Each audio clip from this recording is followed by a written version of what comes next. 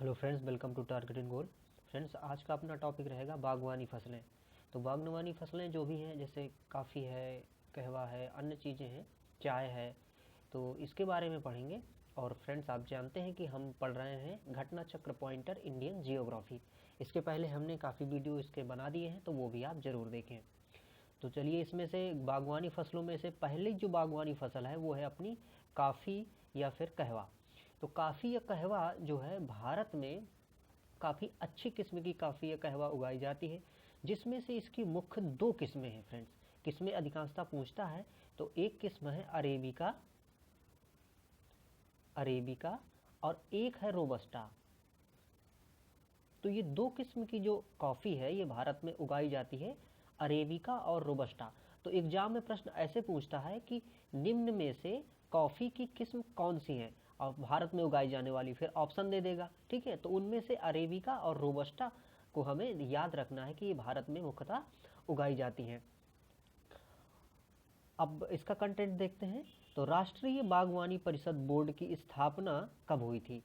तो राष्ट्रीय बागवानी परिषद की स्थापना जो है, बोर्ड की स्थापना 1984 में हुई थी। तो राष्ट्रीय बागवानी बोर्ड की स्थापना 1984 में सोसाइटी पंजीकरण अधिनियम 1860 के अंतर्गत एक स्वायत्त सोसाइटी के रूप में की गई थी फ्रेंड्स। और इसका अगर मुख्यालय की बात करें तो इसका मुख्यालय गुरुग्राम, हरियाणा में अवस्थित है। यद्यपि काफ़ी और चाय दोनों की खेती पहाड़ी ढलानों पर की जाती है, तथापि इनकी कृषि के संबंध में इन दोनों में कुछ अंतर पाया जाता है। इस संदर्भ में जो अंतर है वो देखिए इस प्रकार से है। काफ़ी के पौधे को उष्णकटिबंधीय क्षेत्रों की उष्ण और आर्द्र जलवायु की आवश्यकता होती है, जबकि चाय की खेती उष्णकटिबंधीय और उपोष्ण दोनों क्षेत्रों में की जाती है। काफ़ी बीजों के द्वारा प्रवर्धित होती है, जबकि चाय केवल डाली कलम के द्वारा प्रवर्धित होती है। तो ये दोनों में थोड़ा सा डिफरेंस है, बाकी काफ़ी क्लाइमेटिक जो चीज़ें हैं वो दोनों में से सेम पाई जाती हैं। भारत में सर्वाधिक देखिए कॉफ़ी का उत्पादन जो है वो कहाँ पे होता है? तो यहाँ पर देखिए कर्नाटक जो अपना राज्य है, सबसे ज़्यादा कॉफ़ी उत्पादित करने वाला राज्य है। देखिए 2020-21 की जो सांख्यिकी है उसके हिसाब से एक गणना जो 18-19 के आंकड़े हैं उसमें से कुल उत्पादन का 68% मतलब कि 68% जो है फ्रेंड्स वो हमें कर्नाटक से ही मिलता है। तो इस प्रकार से हम कह सकते हैं कि कर्नाटक सबसे ज़्यादा उत्पादित करता है कॉफ़ी का। इसके बाद अगर हम दूसरे की बात करें तो केरल है, फिर है इसके बाद तमिलनाडु। भारत में देश का 72%, देखिए उस समय थोड़ा ये और पहले की अगर बात हम करें तो 72% काफ़ी उत्पादित की जाती थी कहाँ पे? कर्नाटक पे। तो इस प्रकार से कर्नाटक बहुत मतलब रिच है इसके उत्पादन में।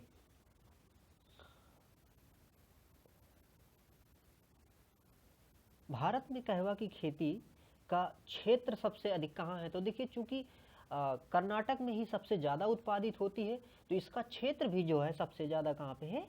यहीं पर है, कर्नाटक में। अगली जो अपनी फसल है बागवानी वो है क्या? चाय एवं रबर।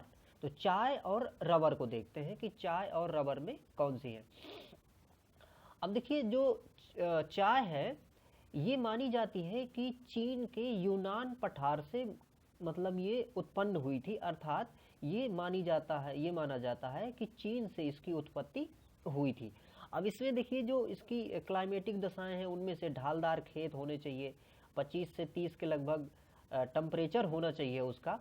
और इसकी दो किस्में हैं देखिए, एक है बोहिया,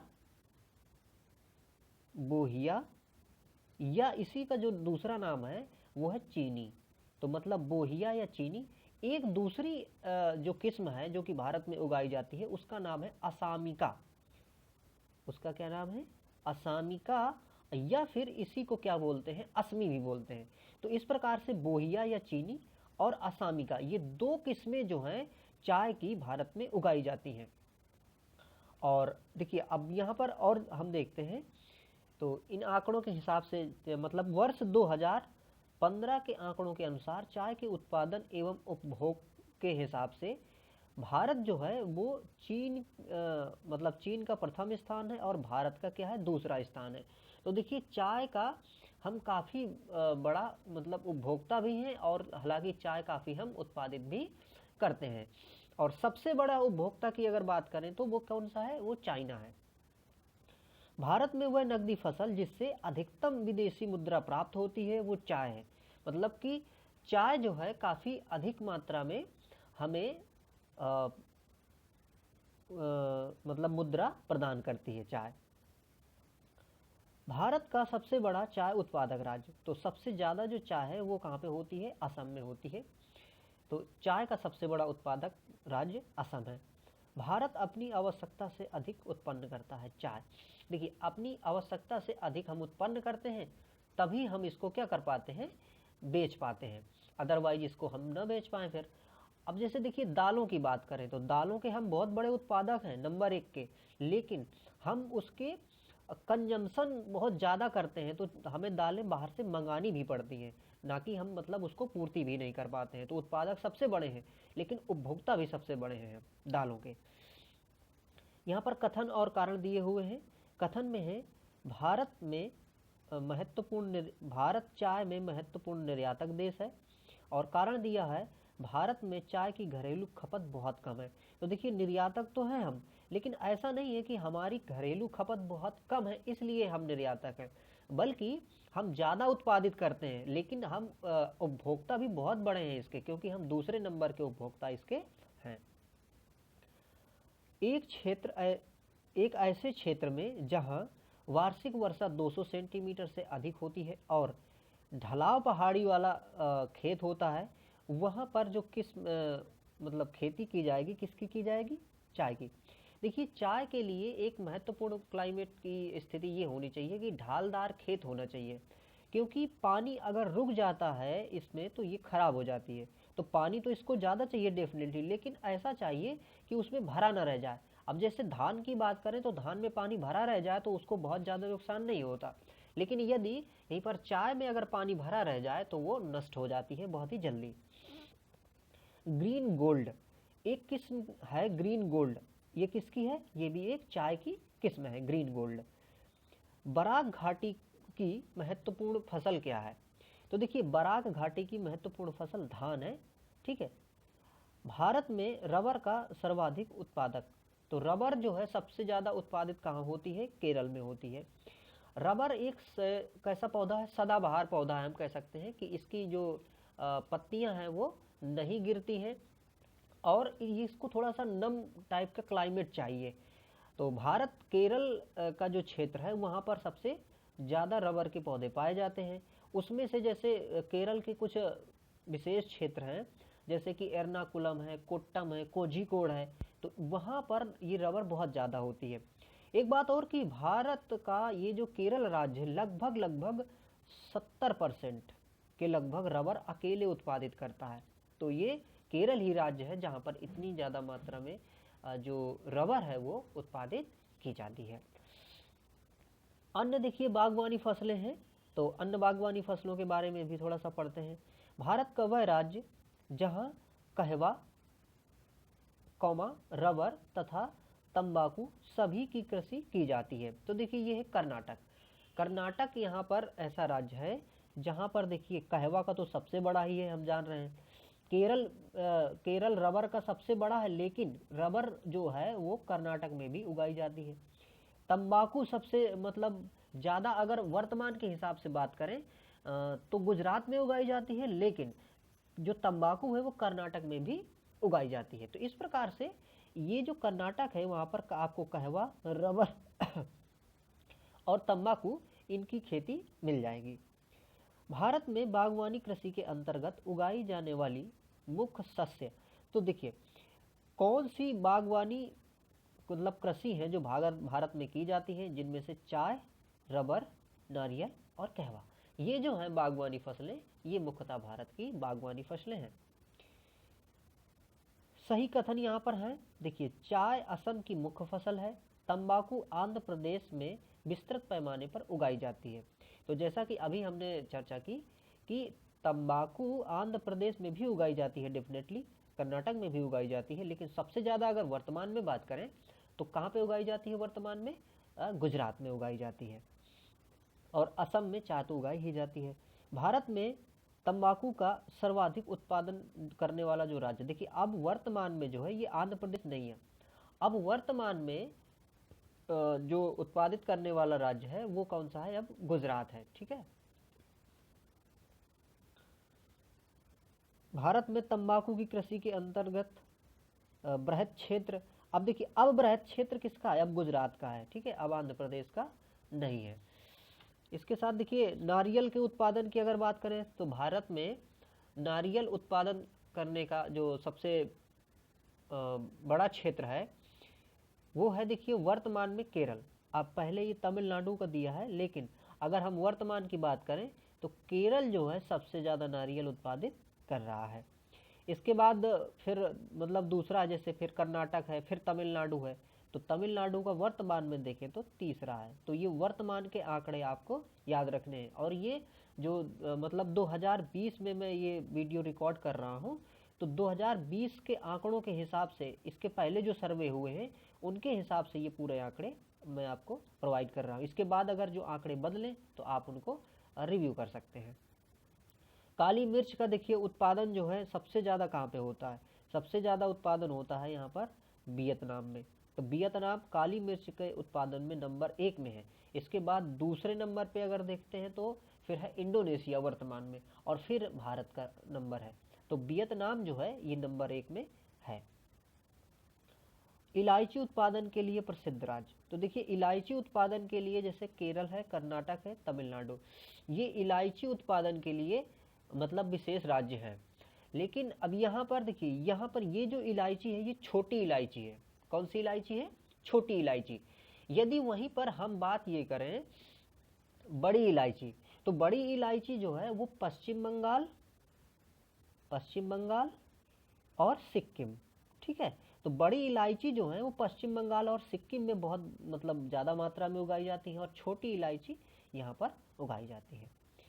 केरल राज्य विश्व भर में जाना जाता है। तो केरल किसके लिए जाता है? गरम मसालों के लिए जाना जाता है ये, क्योंकि गरम मसाले यहाँ पर बहुत ज़्यादा उत्पादित होते हैं, और ये आज से नहीं बल्कि लंबे समय से उत्पादित होते चले आ रहे हैं। मसालों का बागान कहा जाता है किसको? केरल को, क्योंकि केरल में मसाले बहुत उत्पादित होते हैं। एक बात और आपको बता दें कि अभी के आंकड़ों के हिसाब से सबसे ज़्यादा जो मसाला उत्पादन हो रहा है वो कहाँ हो रहा है? वो हो रहा है मध्य प्रदेश में। ठीक है, अभी के आंकड़ों के हिसाब से यदि ये कहा जाए कि सबसे बड़ा उत्पादक राज्य मसालों का कौन सा रहा, तो ये रहा मध्य प्रदेश। लेकिन काली मिर्च की बात करें तो डेफिनेटली केरल में ही उत्पादित होती है। लौंग प्राप्त होती है, लौंग एक पुष्पकली से प्राप्त होती है। तो लौंग जो है वो एक पौधा होता है फ्रेंड्स, सदाबहार पौधा होता है, जिसका नाम होता है यूजीनिया कैरियोफाइलेटा कहते हैं उसको, यूजीनिया कैरियोफाइलेटा। ये एक पौधा होता है जो कि सदाबहार पौधा है। कैसा है ये? सदाबहार पौधा है फ्रेंड्स। और ये सदाबहार जो पौधा है, इसी की पुष्प की जो कली निकलती है उसी कली को तोड़ के सुखा लिया जाता है, जिससे कि लौंग बनती है। लौंग जो होती है इसमें एक पदार्थ पाया जाता है जिसको कहते हैं हम यूजिनॉल। क्या कहते हैं? यूजिनॉल। और ये जो यूजिनॉल पदार्थ होता है ये बहुत ही अच्छा होता है और जीवाणुनाशी भी है। इसके साथ साथ में जैसे जब दांतों में दर्द होता है तो दांतों के दर्द में लौंग या लौंग का तेल जो यूज होता है वो इसी यूजिनॉल के कारण होता है। ठीक है, तो लौंग की खेती और कहाँ जैसे की जाती है, तो इस हिसाब से देखें तो केरल है, तमिलनाडु है, कर्नाटक में है, यहाँ पर लौंग की खेती की जाती है फ्रेंड्स। यहाँ पर देखिए अब हमें मिलान करना है, तो सूची 1 से सूची 2 का मिलान करते हैं। तो देखिए जूट उत्पादन का जो क्षेत्र है, मुख्यतः क्षेत्र वो कहाँ है? पश्चिम बंगाल है। इसके बाद चाय का सबसे बड़ा उत्पादक क्या है? असम है। और रबर सबसे ज़्यादा उत्पादित कहाँ पे होती है? केरल में। और गन्ना का उत्पादन सबसे ज़्यादा होता है उत्तर प्रदेश में फ्रेंड्स। तो इस प्रकार से ये इनके मिलान है। भारत में काली मिर्च की खेती के लिए अनुकूल दशाएं, तो भारत में जो काली मिर्च है उसके लिए अनुकूल दशाएं देखिए क्या होंगी? उष्ण और आर्द्र जलवायु, 200 सेंटीमीटर से वर्षा अधिक हो, और इसके साथ साथ में लगभग 1100 मीटर की ऊंचाई होनी चाहिए। एल्टीट्यूड में मतलब ये जो सागर है उससे इसकी ऊंचाई जो है कितनी होनी चाहिए, 1100 मीटर के लगभग होनी चाहिए। और पहाड़ी ढलान हो और 15 डिग्री से 30 डिग्री का अगर वार्षिक ताप वहाँ पर रहता है तो काली मिर्च के लिए ये काफ़ी उपयोगी दशाएं मानी जाती हैं। भारत में काला सोना देखिए किसको कहते हैं, तो काला सोना काली मिर्च को कहते हैं, और इसके साथ साथ में काला सोना कोयले को भी कहते हैं। ठीक है, तो अगर मसालों और इनकी बात की जाए तो वहाँ पर हमें काला सोना मिलेगा, काली मिर्च। अगर पूरे ओवरऑल उस तरह की बात करेंगे तो फिर हम कोयला को भी काला सोना कहते हैं। भारत में मसालों का सर्वाधिक उत्पादन, अब देखिए यहाँ पर ये पुराना जो आंकड़ा है इसमें गुजरात दे रहा है, अभी जो हमने चर्चा की थी कहाँ पे, एमपी में। तो अभी के हिसाब से एमपी नंबर 1 में मसाला उत्पादित करने वाला राज्य है। काजू, काजू फ्रेंड्स महाराष्ट्र में काफ़ी ज़्यादा मात्रा में होता है, तो काजू महाराष्ट्र में सबसे ज़्यादा होता है, इसके बाद में आंध्र प्रदेश में होता है, और अगर तीसरे नंबर की बात करें तो उड़ीसा में होता है। तो ये होता है काजू का उत्पादन भारत में। अब पढ़ते हैं हम झूमिंग कृषि। तो देखिए झूमिंग कृषि क्या होती है। झूमिंग कृषि एक काफ़ी पुरानी पद्धति है कृषि करने की, ये जीवन निर्वाह पद्धति है एक प्रकार से। और झूमिंग कृषि को स्थानांतरी कृषि भी कहते हैं। स्थानांतरी इसलिए कहते हैं क्योंकि ये इसकी देखिए पद्धति ऐसी होती है, जैसे मान लीजिए एक जंगल है, तो जंगल को क्या करेंगे, काट देंगे, काट के इसकी टहनी पत्तियां जो भी हैं उसी जगह पड़ी रहेंगी, उसमें आग लगा देंगे। आग लगाने से ये पूरा राख हो जाएगा, राख में फास्फोरस वगैरह ये तत्व जो होंगे वो इसी उससे बनेंगे। फिर इसके बाद इसमें यहाँ पर हथियारों से, देखिए जो झूमिंग कृषि है बहुत चूंकि पुरानी पद्धति, इसमें बहुत ज़्यादा तकनीक का यूज नहीं होता है, बहुत ज़्यादा इसमें से खादों का भी प्रयोग नहीं होता है, कीटनाशकों का भी प्रयोग नहीं होता। तो ये जो राख रहती है इसी राख को मिट्टी में मिला दी जाती है। मिलाने के बाद में वो उसमें थोड़ा सा उर्वरता आ जाती है, और उर्वरता आने के बाद में इसी में आराम से पौधे उगा लिए जाते हैं। कुछ 2 साल 3 साल खेती की जाती है, जब ये बेकार होने लगती है, मतलब उर्वरता कम होने लगती है, तो इसको छोड़ दिया जाता है कई साल के लिए। छोड़ने के बाद इस जगह से दूसरी जगह इसको फिर जाके यही काम करते हैं, तो इसीलिए इसको स्थानांतरी कृषि कहने लगे। ठीक है, और झूमिंग भी इसी का नाम है। तो ये इस प्रकार से। और एक चीज़ चलिए इसी के हिसाब से अच्छा पढ़ते हैं। तो देखिए झूमिंग अथवा पैंडा पद्धति, ये जंगल काटकर सूखने को छोड़ना, ये कहलाता है झूमिंग या पैंडा। तो वही जो हमने बताया कि जंगल काट के छोड़ दिया, सूख गया, सूखने के बाद में आग लगा के फिर उसमें से खेती की जाती है। झूमिंग सर्वाधिक व्यवहारत है। तो देखिए झूमिंग नागालैंड में काफ़ी मात्रा में की जाती है। एक बात और, जो उत्तर पूर्व के राज्य हैं अपने भारत के, वहाँ पर झूमिंग खेती काफ़ी मतलब प्रचलित रहती है। चलवासी कृषि, जिन राज्यों के पहाड़ी क्षेत्रों की प्रमुख समस्या है वो है, देखिए जैसे असम है, झारखंड है, इसके बाद उत्तर पूर्व के राज्य, तो ये चलवासी कृषि भी देखिए इसी का नाम है। ठीक है, और ये मतलब एक जगह से दूसरी जगह चूंकि इधर से उधर जाते हैं तो ऐसा होता है। इनके कुछ और नाम मैं आपको बताना चाहूँगा, जैसे कि अगर पश्चिम घाट में यही खेती की जाती है तो इसका नाम क्या है, एक मिनट, देखिए पश्चिम घाट में अगर करते हैं इसको तो इसका नाम है फ्रेंड्स यहाँ पर कुमारी। क्या नाम है, कुमारी। अगर इसको हम करते हैं दक्षिण पूर्व राजस्थान में तो इसका नाम क्या है, वालतेर। वालतेर इसका नाम है। अगर इसको हम उत्तर पूर्व राज्यों में करें भारत के, तो इसको कहते हैं झूमिंग खेती। इसके बाद अगर मध्य प्रदेश में करते हैं, मध्य प्रदेश छत्तीसगढ़ के क्षेत्र में, तो इसको डाहिया कहते हैं वहाँ पे, डाहिया। इसके बाद बेवार, पेंडा, मसान, ये सब क्या है कि मध्य प्रदेश और छत्तीसगढ़ के इनके नाम है। तो ये नाम भी थोड़ा सा हमें याद रखने हैं ताकि कभी कभी एग्जाम में ये पूछ लिए जाते हैं। तो फ्रेंड्स इस वाले वीडियो में इतना ही। अगले वाले वीडियो में इसका जो अगला कंटेंट रहेगा हम आपके साथ उसको डिस्कस करेंगे। तो फ्रेंड्स बने रहिए इस चैनल के साथ। एक बात और, यदि आपको वीडियो अच्छे लगते हैं तो वीडियो को लाइक अवश्य करें। और एक बात बता दें फ्रेंड्स, विश्वास रखिए ये जो कंटेंट है बहुत अच्छा कंटेंट है। हो सकता है कि आपको पढ़ने में रोमांचित लगे या ना लगे, वो अलग बात है, लेकिन ये जो कंटेंट है ये क्वेश्चन इसी से ऐसे ही बनते हैं। तो जो भी हम इसमें पढ़ा रहे हैं वो ये मान के चलिए कि बहुत ही काफ़ी उपयोगी रहेगा आपके लिए। तो फ्रेंड्स इस चैनल को आपने प्रेफर किया, इसके लिए आपका बहुत बहुत धन्यवाद। Thank you for watching.